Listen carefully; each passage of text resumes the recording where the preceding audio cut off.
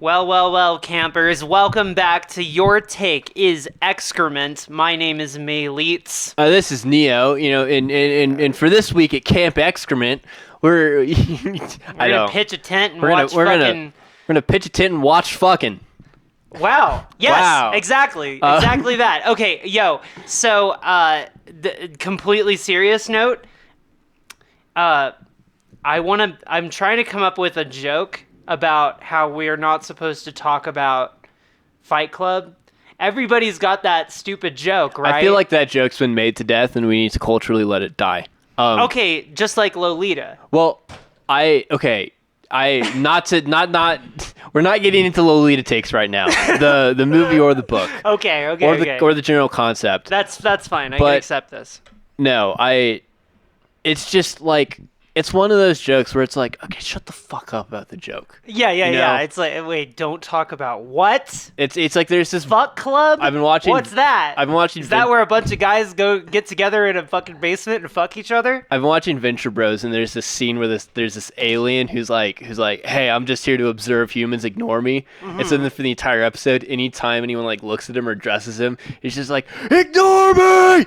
That's basically Fight Club, yeah. Well, and so Doc Hammer is like, that is the most. Doc Hammer's like, I fucking hate that I wrote that, because now it cons. Yeah. Everyone's just like, ignore me. And he's like, I fucking hate it. And it's like, it's like the start of season 2, and it's just been a bit forever. Anyway, sometimes like, it's like, we all know that joke's been made to death. Just let it go. Well, the fucking annoying bit of it, right, is the whole don't talk about it, wink, actually please talk about it. Yeah. Even though it doesn't actually maybe deserve the discussion. I actually have takes on that aspect of the movie. We're going to be discussing Fight Club to get some things Fuck out. Club? Is that the movie Club. where a bunch of guys get together in a basement and fuck each other? And then they become Project.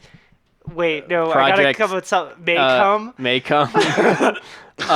I don't like it. So, okay, the podcast is very spicy today. This is fun. We have sponsors that we need to address in this very serious moment. Before I want to address the sponsors, I just want to point towards all of our socials. So I'm at Angstrom on Twitter. Oh, I'm at Nick Spheres on Twitter. We have a podcast Twitter at Your Take is Excrement.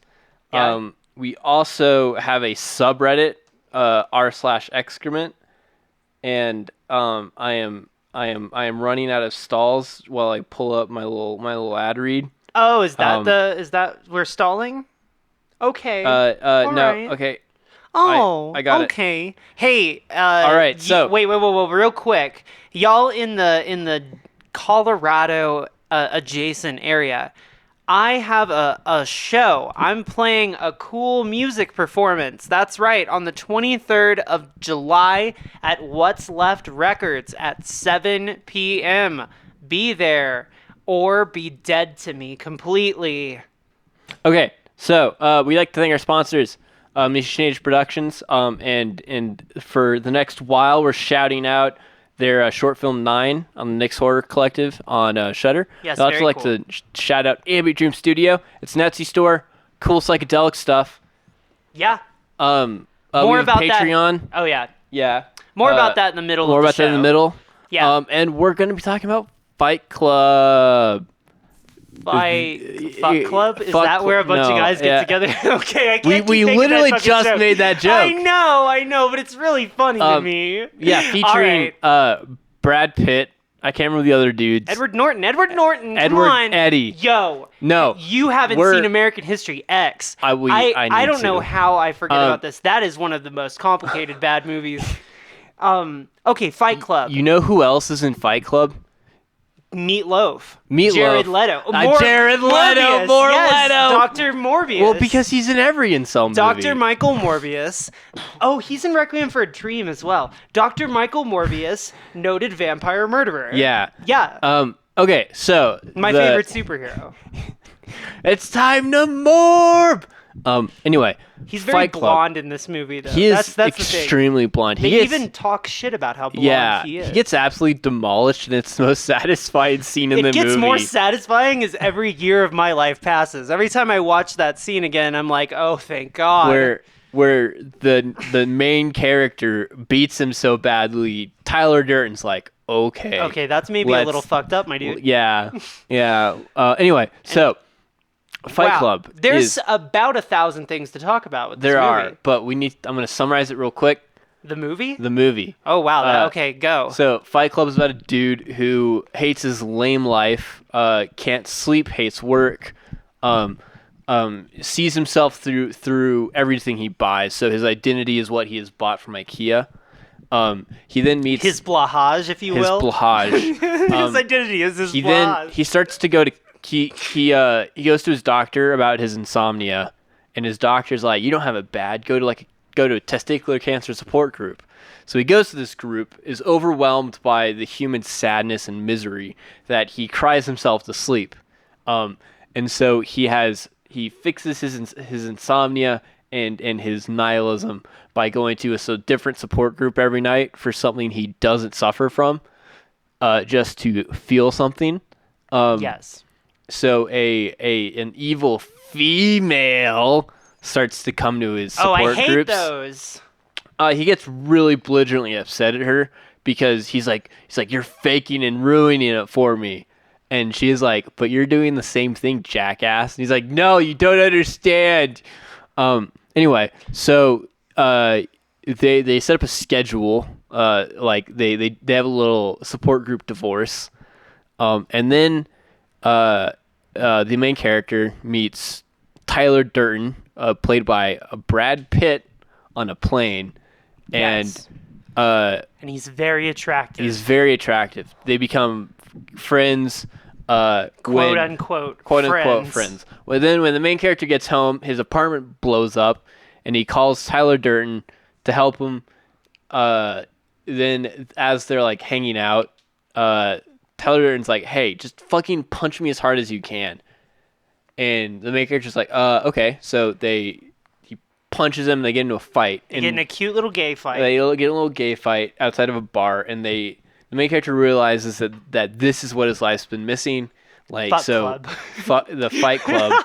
So as they meet outside seedy bars to beat the shit out of each other, more people join, and they form a little club that they call Fight Club. Fight Club, yeah. And one of the big rule that everyone won't shut up about Stop talking about Fight Club. is rule number 2 is you don't talk about Fight Club.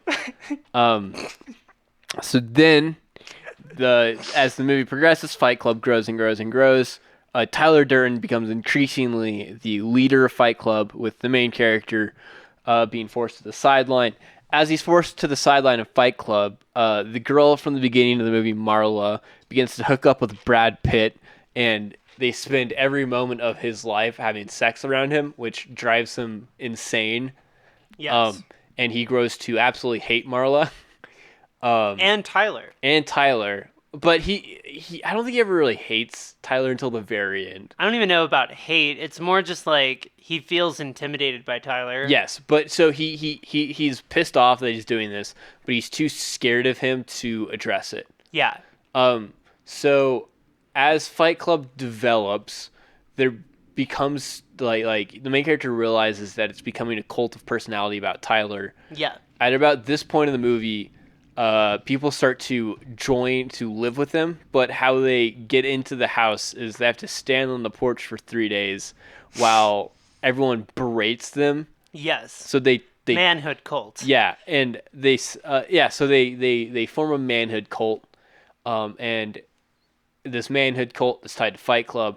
And as the manhood cult grows, no, I think this happens before the manhood cult, but Tyler Durden starts to give people homework, which is like, do this, go cause problems, go like spray paint this, go destroy a coffee shop, go vandalize 5 cars. Well, they're all weirdly anti-capitalist things. Yeah, well, but without the anti-capitalist direct message. Well, because the movie's incredibly anti-consumer, and that's something I didn't pick up.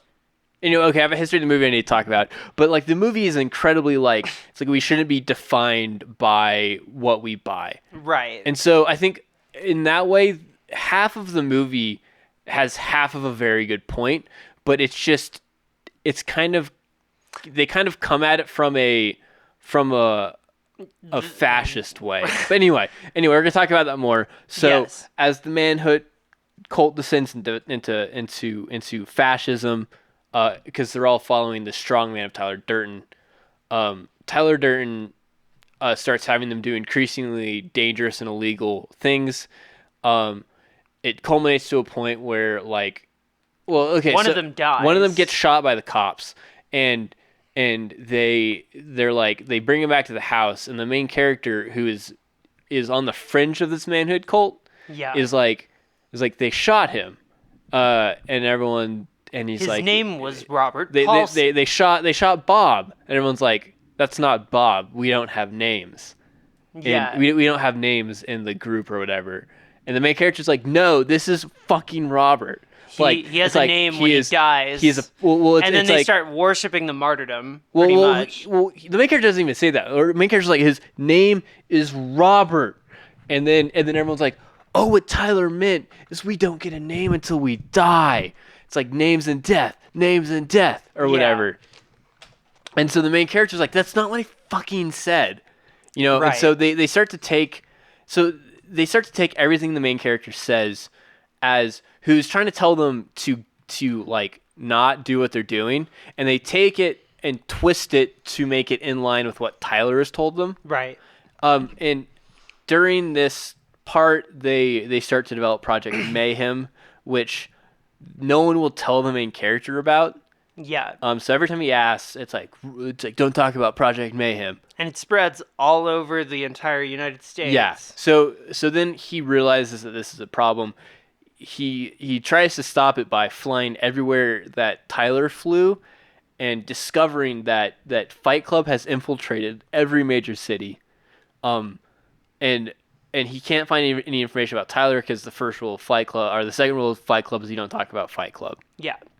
So he then starts to, like, he then goes to the cops, and he explains, or he finds evidence that Project Mayhem is like, they're going to blow up like they're going to blow up all the credit towers or credit centers in their city. Right. So that we can go back to zero. We can go back to zero. We can be free from the chains of credit debt. So anyway, so he goes to the cops. Turns out the cops are in Fight Club. He escapes the cops, goes to the building, where he discovers, in the whole, like, before he goes to the cops, he finds out that he is Tyler Durden, it's just been him all along, and he has a mental illness. Right. And so he then goes back to the main city, tries to stop Project Mayhem, and then Tyler shows up as he's trying to, like, disable one of the bombs, beats the shit out of him, and they have this whole monologue, yada yada yada. Then the main character shoots himself to kill Tyler. Yeah. Because Tyler also shoots himself, but it absolutely kills Tyler, and just like, and doesn't kill Edward Norton. It doesn't kill Edward. Yes. And so then, and this whole thing, there's this whole plot about Marla hates the Tyler Durden aspect of him, and so Edward is trying to save and love Marla, while Marla hates him because of what Tyler did. Right. And then Marla is there, and as all the bombs go off, except for this one, I guess, because they disabled it. Yeah. All the bombs go off, and where is my mind? Where is my mind? Where is my mind? Where is my mind? Plays, and it's incredibly frustrating. I am Jack's huge desire to go into a sweaty garage and fuck a bunch of guys. This movie is hilarious when gay. Yeah. Mostly because it's such a dude movie, and every dude is like, Fight Club's my favorite movie of all time. Okay. Sorry, wow, I feel horrible having just done such an accurate impression of my father. I've done more research for this movie than I have for any other movie. I watched.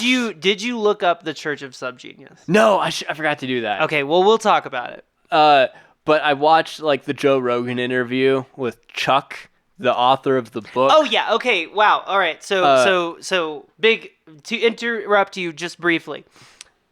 There's the book situation. Yes. There's the movie situation, which is what we're here to talk about. And then there's the cultural reaction to it. Yeah. But also, so the movie, David Fincher, very competent, very good director.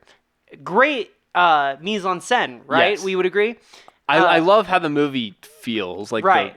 Anyway. But then you walk the book back, ideas are kind of, I feel like it's kind of 50-50. It's kind of hard to decide where the fuck the book leans. And also, notably, in my onion, I've read the book many times. In my opinion, the book is a lot gayer than the movie. Which is not, listen, that's one of those subjective things, but in my brain, it was a lot gayer. Like, I remember specifically when the two characters meet, they talk about how they're both like, they're like naked on an island or something, and you're just like, whoa, that's kind of gay. So there's that element of it, and then of course Chuck Palahniuk, the writer, is gay. So this is another situation where it's kind of it's kind of one of those things that can be read in a queer way, in a weird way, and like it could be talking about queerness and how that overrides one's desire to do manhood things, and how like oftentimes gay men will react violently for a long time just because they're touch-starved and want to touch dudes. Mm-hmm. So it's kind of like, it's kind of all over the map. And then when it takes things to this like political level, there's a whole other thing to read about it. Like the whole other reading. Also, this movie is kind of talking about our current problem, our predilection for somebody to go, I have joined Project Mayhem and I'm going to shoot up a school. Like, so, and then of course we need to very briefly, before we continue, talk about the Sigma part of it too. Right. Like, what the fuck? Well, like, okay, the season that we're doing now is we're talking about, you know, like Manosphere Sigma movies, you know what I mean? So last time on the podcast, I defined this as basically a movie that, exhibits basically an attitude where men are the default, men are the people that should be in power, and women pose a like distraction or challenge to that. And the movie is usually kind of about how it's a man's world is kind of the way it should continue to be. And if we continue to let women invade male spaces, then it will only end in violence. Right. Well, I think the reason this is a Sigma movie, because the protagonists of the story are ultra misogynist fuckbags, terrorists. Yes. So it's true. So the like the whole the dream of the Sigma is to violently act out against the women who've ruined their lives. Yeah. And I think specifically it is the women. It's like I think specifically they believe it's the women. Yes. I think they have ruined their lives. They blame it on the women of their lives. And so like the whole thing with, you know, Fight Club, it's self-removal from the world, and it's a retreat back into masculinity. Tyler frequently complains about the main character's femininity or their lack of manliness. Assuming like, that masculinity will somehow solve their problems. Right. And they also go on this whole rant about, because Tyler makes soap out of fat he steals from a liposuction clinic. Right. So they go on this whole rant about how they're selling consumers fat back to them. Right. Or whatever. Specifically, they're ranting about how we're selling rich white women's own fat back to them. Well, and it's like, you know, in a weird way, a lot of what they're talking about is class, but they don't understand it, right? Yeah. So the thing is like, sure, rich white women were getting liposuction in LA at the time when this movie came out, sure, but also, liposuction is like a thing for people who need it, and usually those people are like lower class, and like it's a medical procedure. Yeah, you know? It's kind of, I don't know. It feels very fat people.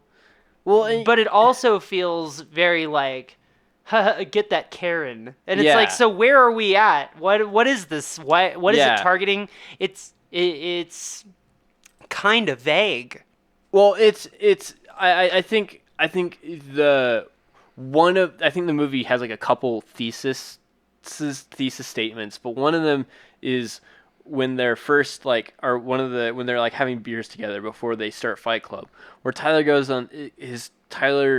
reveals that his life purpose is to rage against consumerism. Mm-hmm. And his biggest complaint is that instead of being like manly men have consumerism has robbed men of masculinity. And the only way to revert back to a more pure man is through violence. It's very soy. You know what I mean? It's very like men have become soy. Yeah. We must become men with muscle. Right. Muscle man will get thing done. Man will get rid of financial. Yeah. Big man beat up little scrawny financial man and will use soap made of liposuction. So I think the movie has like I have the inherent like desire to agree with anything anti-consumer, our anti-consumerism. That's the fucking thing. That this movie, I think David Fincher knew that one of the big things about it was that the thing people were going to generally connect with was less the masculinity angle and a lot more the anti-capitalist angle. But I think angle. people have definitely connected with the masculinity thing more. Oh, 100%. More people are endorsing Fight Club for the manliness aspects. I don't see a lot of people tying Fight Club to their political views of their anti-capitalist views. Right, but exactly. It turns into, and you can argue if this is like satire or not, but it turns into their solution for realizing that capitalism has stolen something from them. They ascribe it to manliness, but it's just capitalism has stolen their soul and their reason. And they believe that is their lack of masculinity, not realizing that women haven't stolen their masculinity. Right. Capitalism has. And well, there is a point in the movie where it pivots from being anti-capitalist.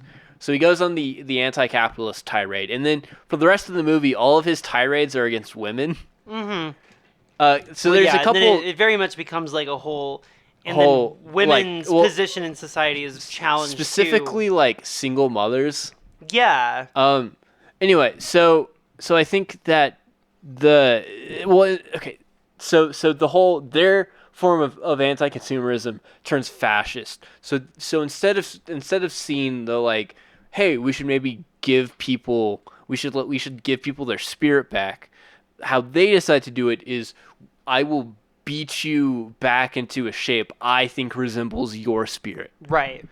And so they all and their same complaints about consumerism is then all echoed and amplified in Project Mayhem. Yeah.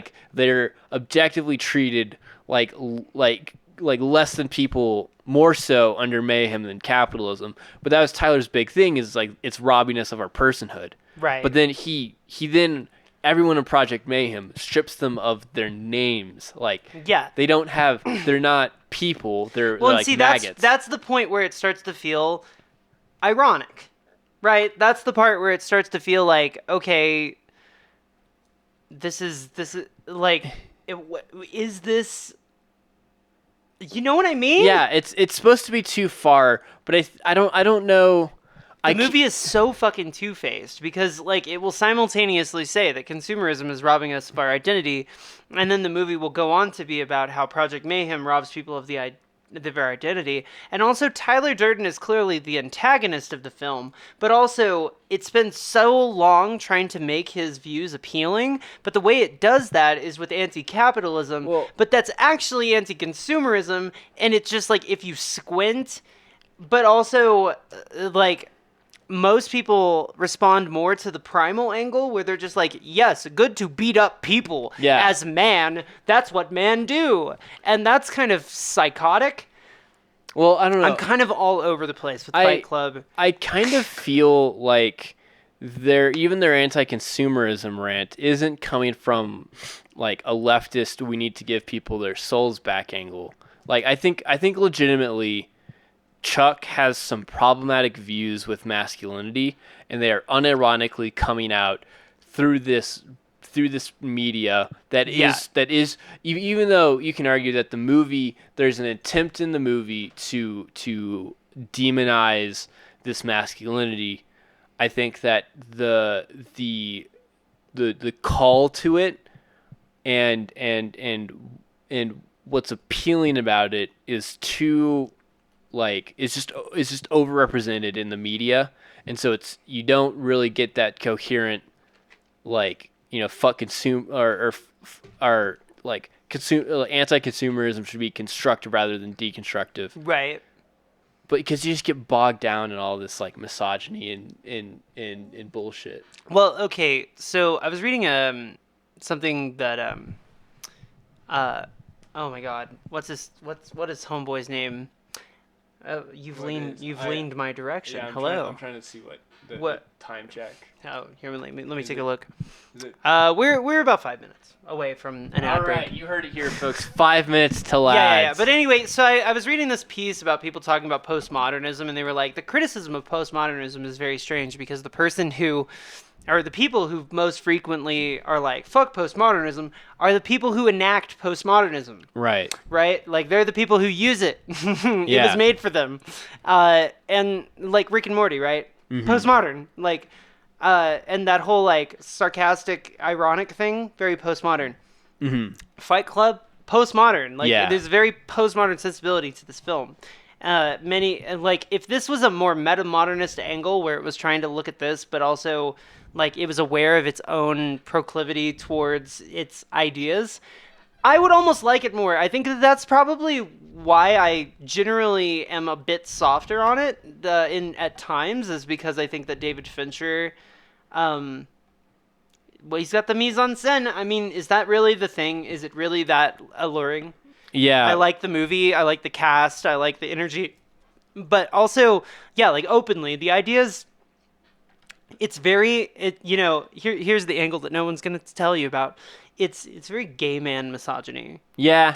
Like, this is like a controversial thing in the queer community, but it is true that sometimes gay men are very like muscle-bound jerks who are kind of aggressive and hate women because they don't want to fuck women and they only see women as sex objects. Yeah. So it's your classic misogyny mixed with like, well, I have no purpose with you because I'm not going to fuck you. And also, I'm strong and masculinity is awesome. Well, that thing? The most misogynistic person I have ever met in my entire life was a gay dude. Well, yeah. And I mean, like, I've experienced that kind of shit rather frequently. And so Fight Club has that going on, I think, quite a bit. It's after a point, it's kind of like, I feel like one reading of the movie, I mean, beyond the whole mental illness angle, which is also half cooked, the bit about how like when Tyler is fucking Marla, the narrator is very upset. Right. And I have a feeling I know why. Well, he simultaneously doesn't have sex with her and is mad at the concept of her having sex with someone else. Right. So he, like, I don't know, that's such an incel-y take. I mean, hey. That is literally like the most incel take. Is if like, you're on the field, play ball. That's the fucking whole fucking vibe. Are you kidding me? Like, yes. 100%. That's the movie. Yeah, and so, I don't know, it is, like, that specific element is just so... It's like, and you see it in so many fucking people, and it's so frustrating. Well, yeah, the meme is if you ever go on a date with a guy and you go home and he's got a Fight Club poster on his wall, you should just try to shoot yourself in the bathroom. Yeah. Like, because he's going to get you. Yeah. And let me tell you, it's true. Mm-hmm. Every time I've ever, like, went out on an awkward first date with a guy, and he's been like, yeah, top 5 movies, like, Clockwork Orange, Fight Club, High Fidelity. It's just like Jesus, specifically dude. the beginning of Fight Club. I didn't really like the second half very much. Yeah, I didn't understand. Yeah, I just like the thing where he was I liked it when it was Fuck Club, where they all got underground and they all fucked each other in a big pit. Yo, it's ad break time. It's ad break time. My sisters in Christ. My people in Christ. Why did I close the thing I pulled up earlier? Okay. Hey there, shoppers. So, I over the intercom here, I'm just gonna say there's a sale on aisle 4. That's right. You can get cereal. It's the regular price, but it is in aisle 4. But also, here comes my manager. My manager has a special announcement. Here it comes. We'd like to announce on aisle 5, just past the cereal aisle. Machine Age Productions is having a short film on that is part of the Nick's Horror Collective on Shudder. Wow, that is my namesake, but oh boy, am I not involved.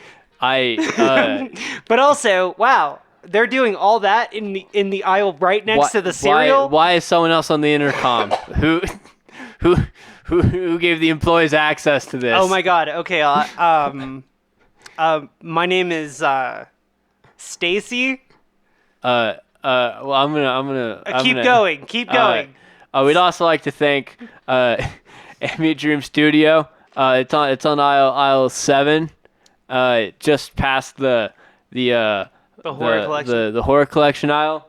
You can buy all sorts of art and psychedelic stuff in that aisle. It's a great aisle. I love going down that aisle. I have covered my room in that aisle's aesthetics, so go check them out.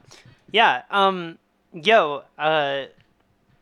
That's really cool that it's right next to the hot sauce. Yes. The hot sauce being patreon.com/excrement. Oh yeah, that'll burn your tongue right the fuck off your head. It'll burn more than your tongue. It'll burn it'll burn anything you touch. I'm coming for that spleen. I will melt your spleen. Is that the deal? That is the deal. Yeah, I had some California Reaper the other day. Spleen melted. Melted.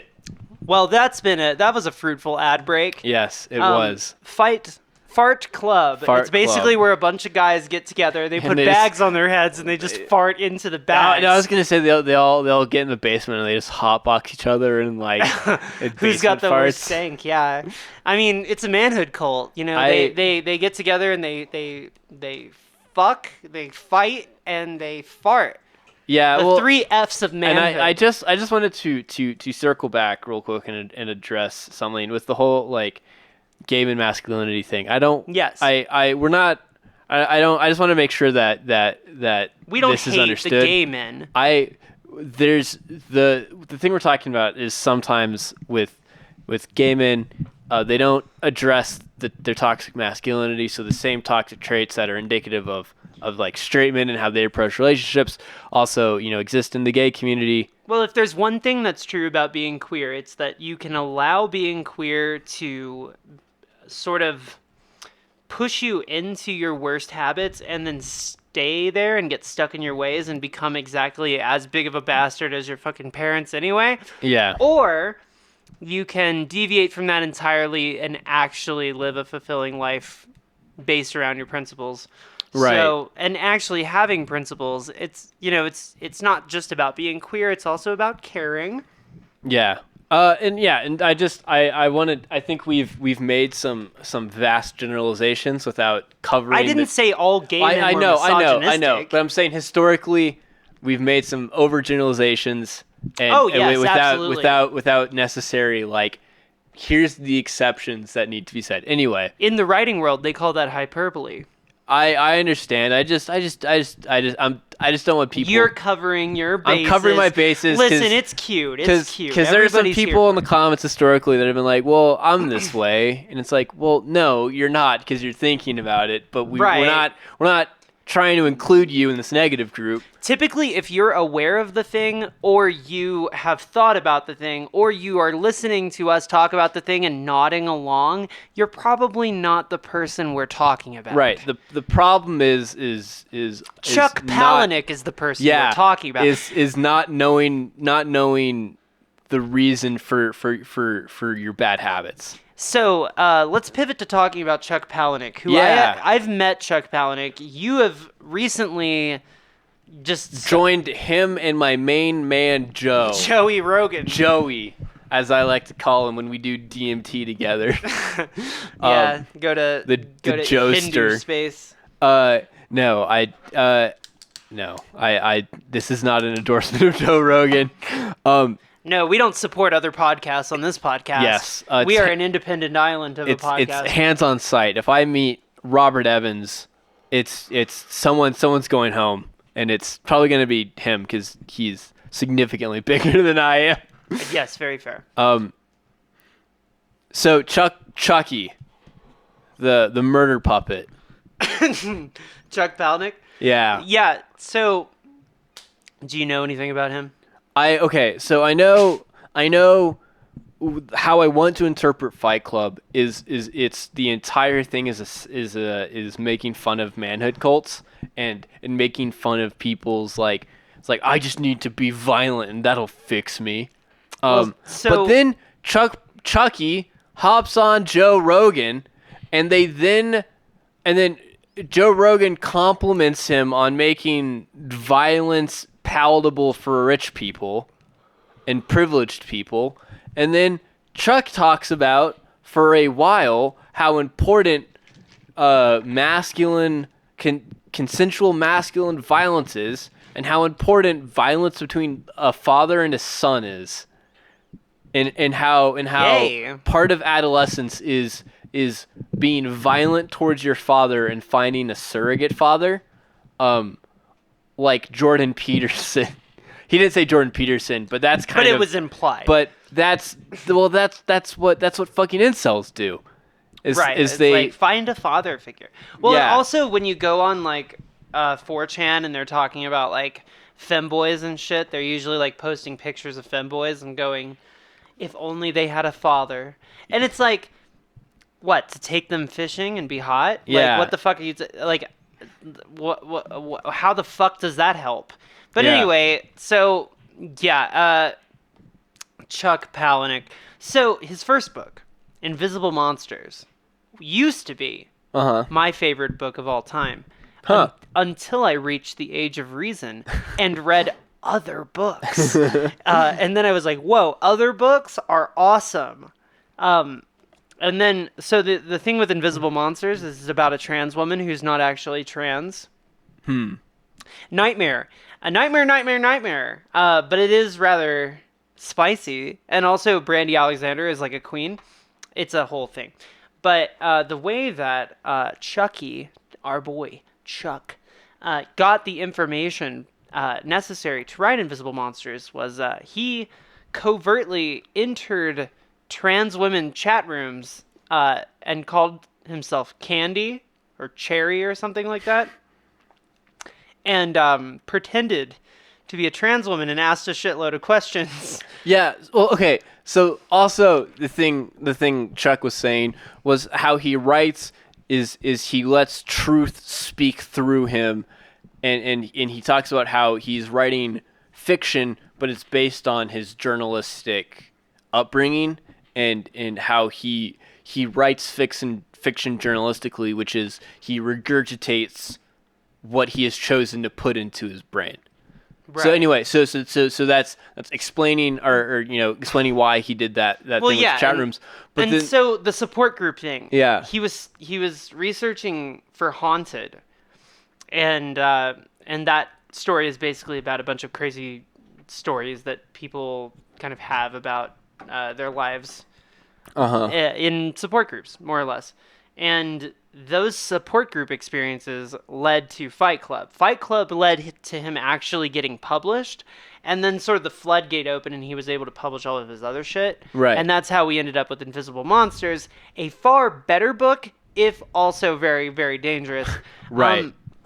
But Fight Club, I think, being the one successful book out of his repertoire, is quite a thing. I think I think it's evident of a desire for like successful and interesting masculine stories, I guess, and so they just like reached right for the fucking dude fighting book, Right. but his like transgender book is totally like I don't know, that's a little much. So his whole career, much of his writing is either some of it is very uninteresting, some of it is very intentionally disgusting. But here's the bit. I met the man once. I went to a reading of his short. He was reading his own short stories, and he was promoting his book Damned when that came out. And in that auditorium, he read a story about a man who falls in love with a woman with Down syndrome, and how he thought that she was really punk rock because she would pull out her tampon and throw it at people. And he admired how she was like so, brave and shit. And then later learned that she had Down syndrome. And he was like, well, shit, I love her anyway. So what I'm saying is Chuck Palahniuk is an asshole. Yeah. Well, and so the whole bit with him like receiving truth and then writing it, like, I don't think he writes in a way that is arguing against Honest? what he thinks.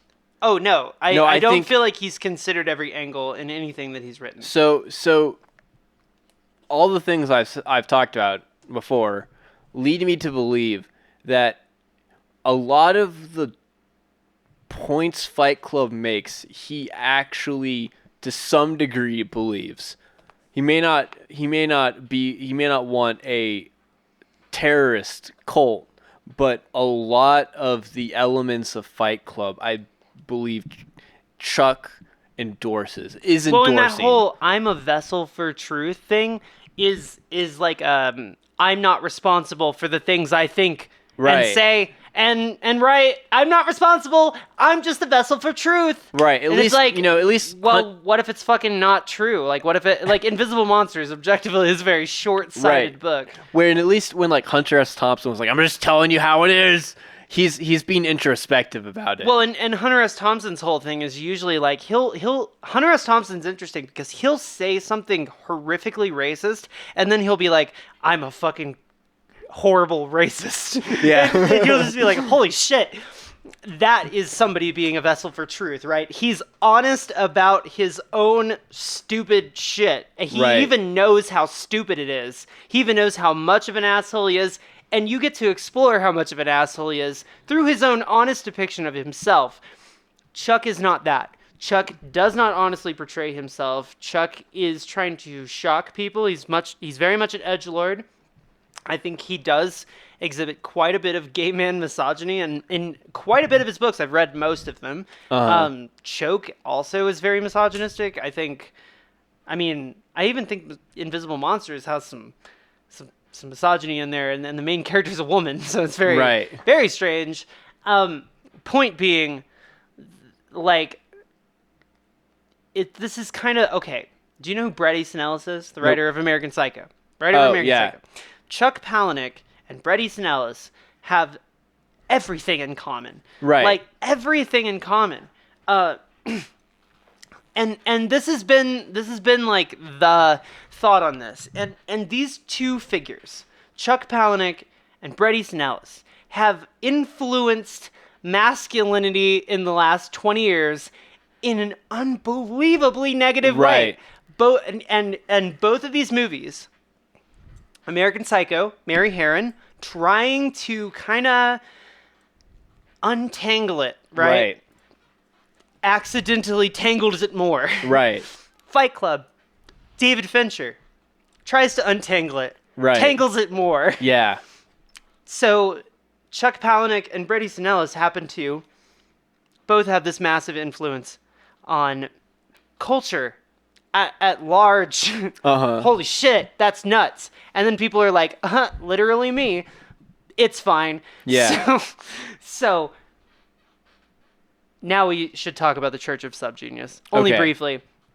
So, from my understanding, now I know that a whole bunch of people in the comment section are going to probably actually me, because genuinely I don't know that much about this, but that's intentional because they're vague intentionally. Right. But the Church of SubGenius is, on my understanding, a fake church.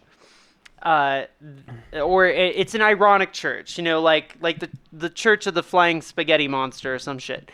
But they took the joke very seriously, very Project Mayhem-y, where like some of the people that are in this like fake ironic group take it very seriously and apply it to life in a very direct way. Right.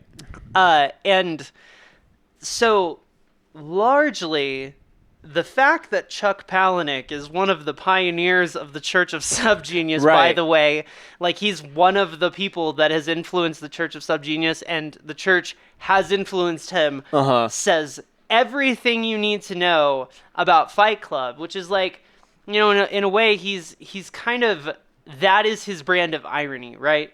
It's indistinguishable from the thing itself, so it isn't satire anymore. And so when he says he's a vessel for truth, in a sick, kind of fucked up way, he is. Right. Because he's unaware of his proclivities. Right. But you have to really look if you want to see it. And the Church of SubGenius, its whole thing is about like so many layers of irony that you don't know where the irony begins and ends. And I feel like that is largely what Fight Club and Project Mayhem is depicting. I mean, the don't talk about it, don't understand it, don't think about it. Right. Like that whole thing. Nobody has identities on the internet, you know what I mean? Kind of thing. It's like everybody's anonymous, but an anonymous swarm takes these are all Church of SubGenius ideas. And the fucked up thing is that this is a weird, almost roadmap manifesto for how many online hate and harassment groups work.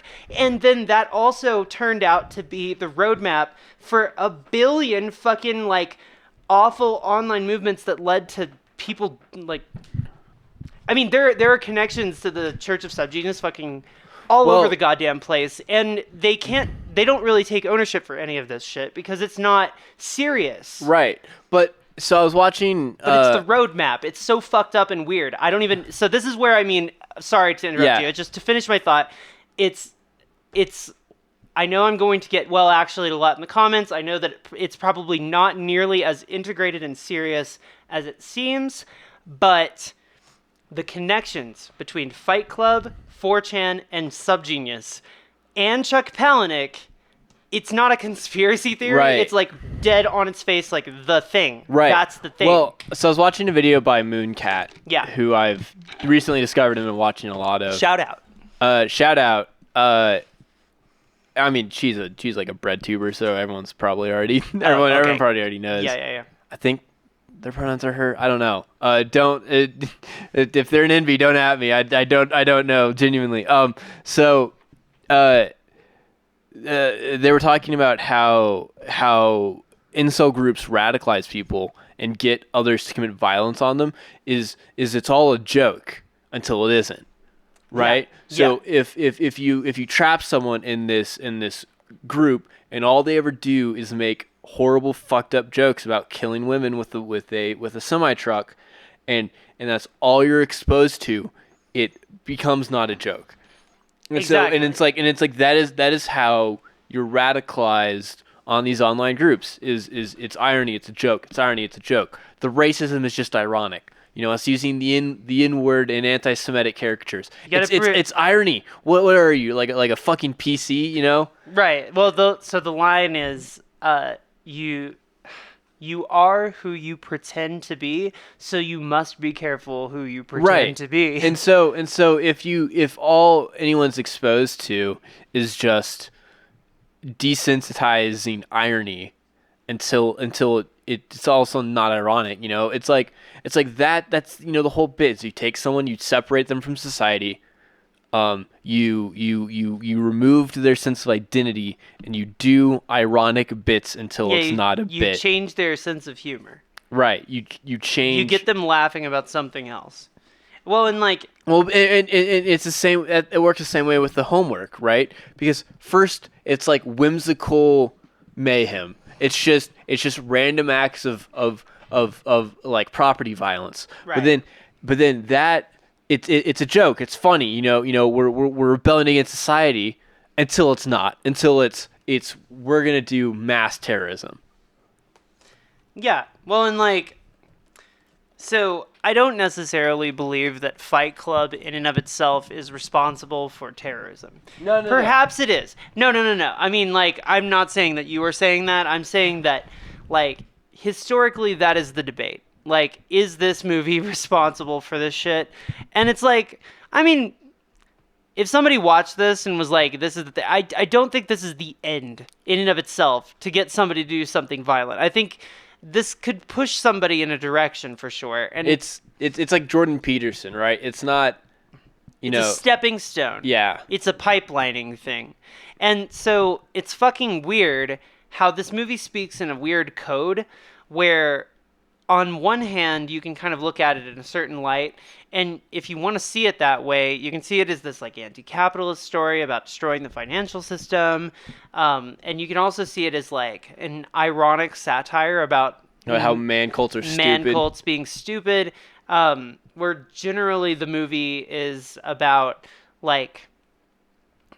have you seen Dan Olson's video about Fight Club at all? No, I should watch it, though. Yeah, so his argument is that the movie, by embodying all of these things that we are currently complaining about, it's depicting it in a way that shows it to be its truest horror, which is true.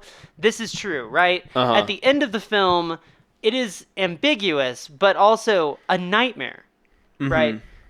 That's almost what the satisfactory element of the film is the moment where they go, Jesus, what a nightmare.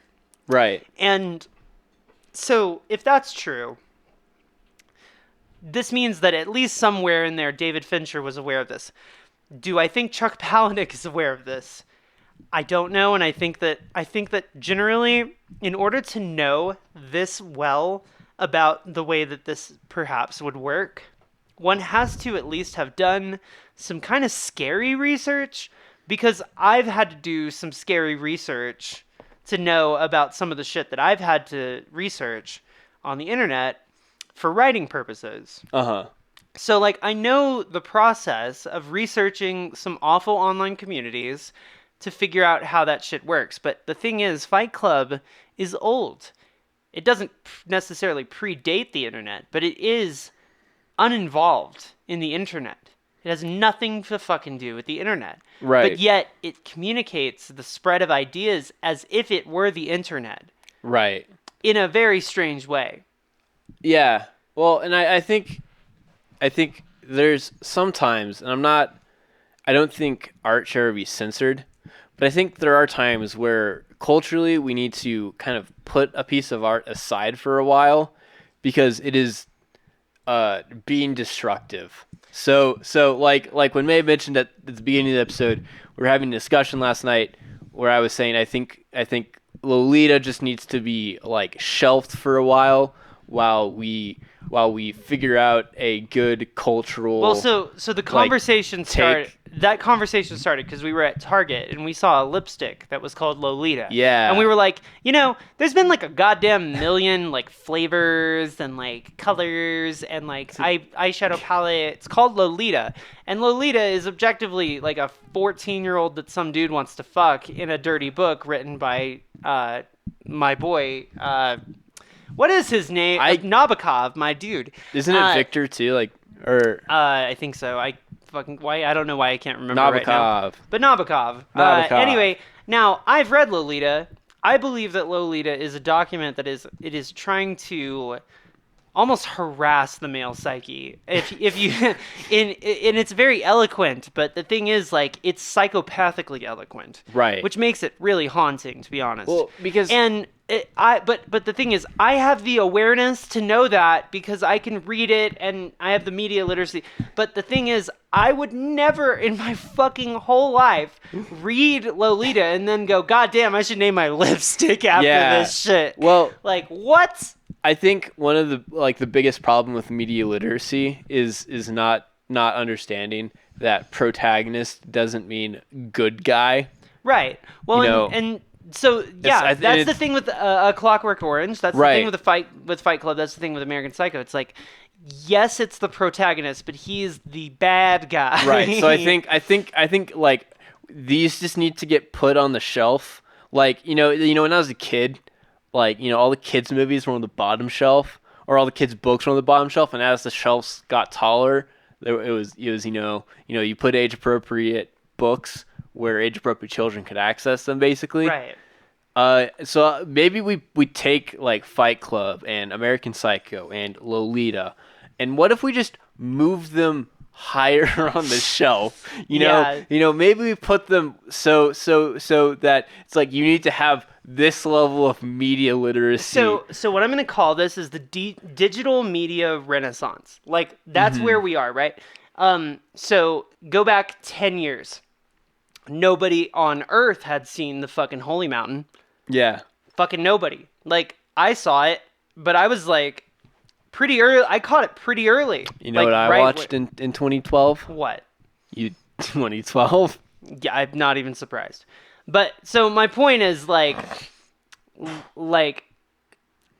we are now living in a digital media utopia where every single piece of media has basically been scanned in and thrown on a computer and thrown on a streaming service, and if you're looking for it, you can find it.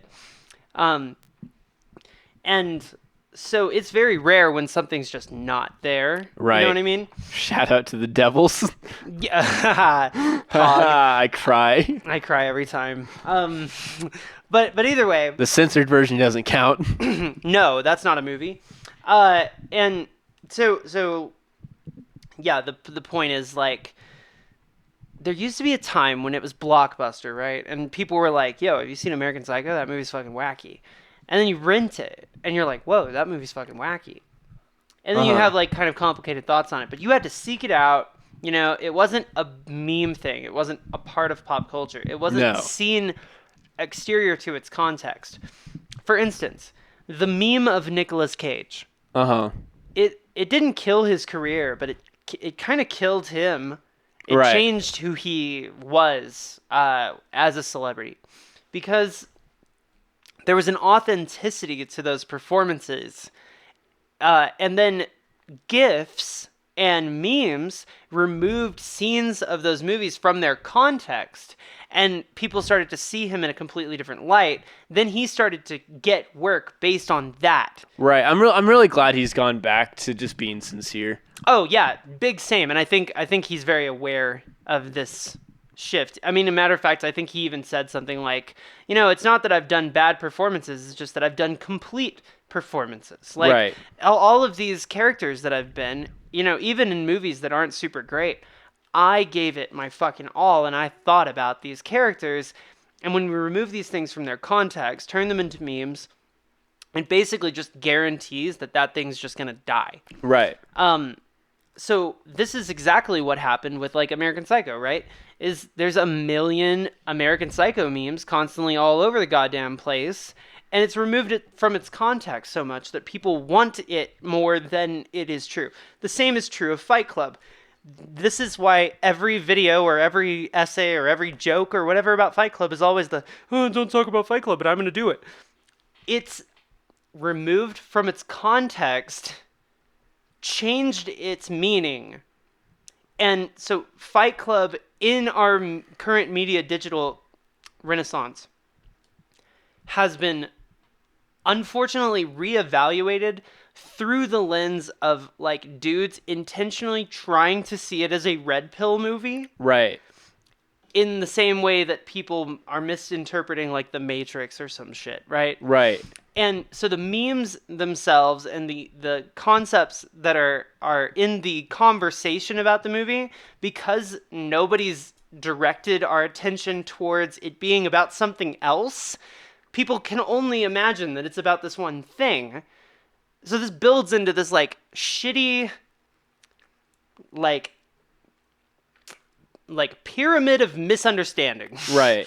And so when you're saying like we need to put these things on the shelves, we need to get them out of people's view, I would introduce the idea that if we want to keep them, we need to start talking about these things way more honestly, and we need to stop trying to identify with them. Right. And I think that is the current predilection with media. Right. Not to appreciate a message, not to understand it, not to look at it objectively with your brain. Right. But to shut off the brain and personify yourself with it. Right. Well, like I think my favorite movie of all time right now is, other than like The Holy Mountain. Yeah. Like the movies that you're required to like deeply admire and love. Of course. Is Sicario. Mm-hmm. But Sicario is a movie where if you see yourself in a character, or if you empathize with the character in Sicario, you don't understand the point. You took a wrong turn somewhere. Like it's so it's just like there's some art where you just like, it's like, stop trying to put yourself in the narrative. Well, yeah, and I mean like we want to empathize with characters that we see on screen, but the things we choose to empathize with, you know, nobody watched Fight Club and went, damn, I really empathize with Marla Singer more than anybody. It's like this woman caught in the middle of this fucking asshole destroying the world. Well, and like, for selfish, vain reasons. However bad the main character got it, like, Tyler Durden also tortured her. Yeah, and nobody chooses to empathize with her, right? Yeah. Nobody chooses to empathize with Patrick Bateman's secretary. Right?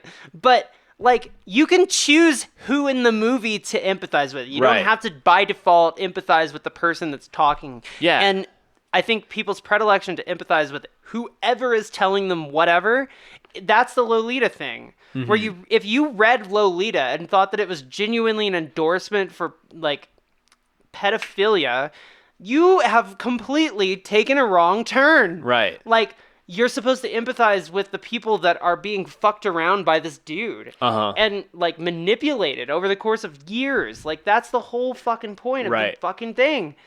Well, anyway, sorry, I'm going off. Yeah, real quick, and we kind of need to wrap this up. But one of my favorite book series is the Expanse series by S.A. Corey. And one of the things I love about it is the main character, Jack Holden, or Jim Holden, I mean, goes at the start of the show, his belief is any information needs to be in the hands of everybody at any given time. And over the course of his life, he comes to realize, I started like 3 wars because I felt like everyone needed access to all information. Maybe there's some things that we don't let people know. Maybe there's some things that not everybody needs to be making consensus about. Yeah, well, and it's kind of the thing of like somebody who's like 14 has never really been like told how to analyze things or how to empathize with things, being handed extremely complicated pieces of art, and then instead of like immediately getting it, it takes time. You have to age with the shit. Right. If you went back 10 years and asked either of us about Fight Club, we probably would have said something completely different than we're saying now. But we have aged into these opinions. Right. And now it feels like we're a lot more ready for the ideas because we can genuinely think about and tackle them. Our real life experience has played a big role in that. And also our ability to distrust artists because they're bastards generally. So to close this episode out, I want to close it out with a story. Okay. I tried to watch this movie because I heard it was a really good art film. Like an arty and a thinky film. Yeah. And I was like, who loves thinky films? Your dad. Is my father. So I got a pirated copy of Fight Club because we were in Africa, and I eagerly sat my dad down to watch this movie with me.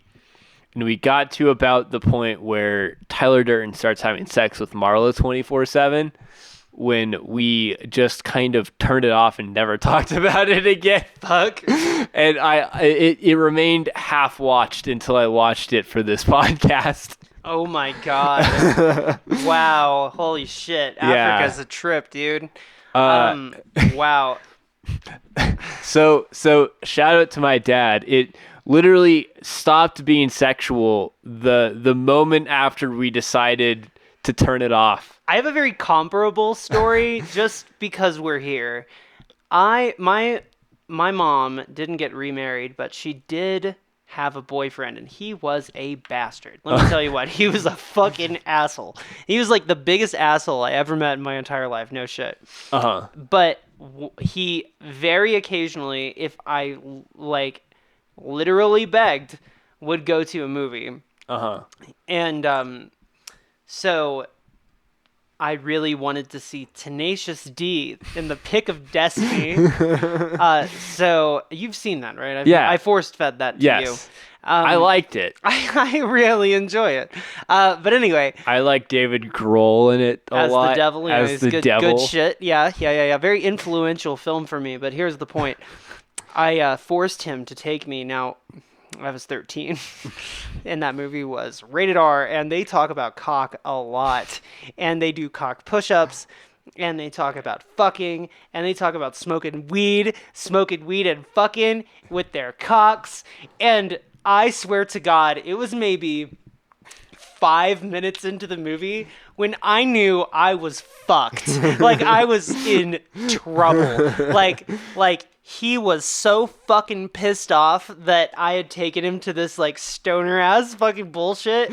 And, like, I think he genuinely hated me after that experience because we saw it in the theater, and he was my guardian so that I could get into the movie. And he was like, fuck, I don't want to watch this piece of shit. And so he just, like, kept getting up and leaving me there with the dirty movie. Anyway, very influential experience in my life. So I guess we talked about Fight Club like a couple of bitches. Yeah. To wrap up. We have to make, like, determinations about it. I was going to go immediately into the question of the week because I'm very excited about it, but determinations first. Okay, well, you go first, bitch. I don't want to fucking do it. Shit. I think. Oh, you went shit? I went shit. Oh, are you not going to go shit? Well, okay. So I think the mise en scène of the movie is good. I think a lot of the ideas are bad, and while I think there's an interpretation of it being critical of its own problems, I think the movie fails to properly demonize the toxic masculinity that it is very proud of. Okay. Well, I think my temptation is to be a coward and go mid. Because I like David Fincher. I think there's a reading of the movie where it's entirely ironic, and it's maybe one of the only documents that exists of this exact process of, like, irony turning into violence. Yeah.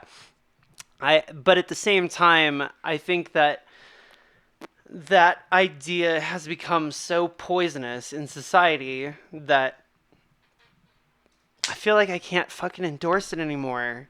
You know what I mean? So I don't, like, okay, here's what I'll say. Fight Club is some bullshit, okay? We should let it go. We should let it go because, honestly, yes, it is a depiction of men going, oh shit, women are entering our spaces, we have to go crazy and do violence. Yeah. Like, it is a depiction of that, that's true. But there are also much smarter depictions of this. And also, you know, Fight Club is a pretty short book. It's a little undercooked in its ideas. I feel like it kind of ramps up quickly and goes where it goes very fast, and tries to do a lot with very little. And I think because of that, go watch any other fucking David Fincher movie, I guess, right? I mean, like, actually, I don't know. Go watch his documentary on Ted Cruz. What? It's a documentary on Ted Cruz. David Fincher? Yeah. Is it like good? Oh, are you talking about Zodiac? You Yeah. piece of shit. Fuck. Okay. We have to stop. We have to stop there. We have to end the podcast right there because. Oh wait. All right. You have a question of the Question of the week. What's your favorite political assassination? Oh, yo, I saw a meme a minute ago, and I wanted to show it to you while we're on air. Oh shit! I want to show you a meme while we're on air. Oh shit. Okay.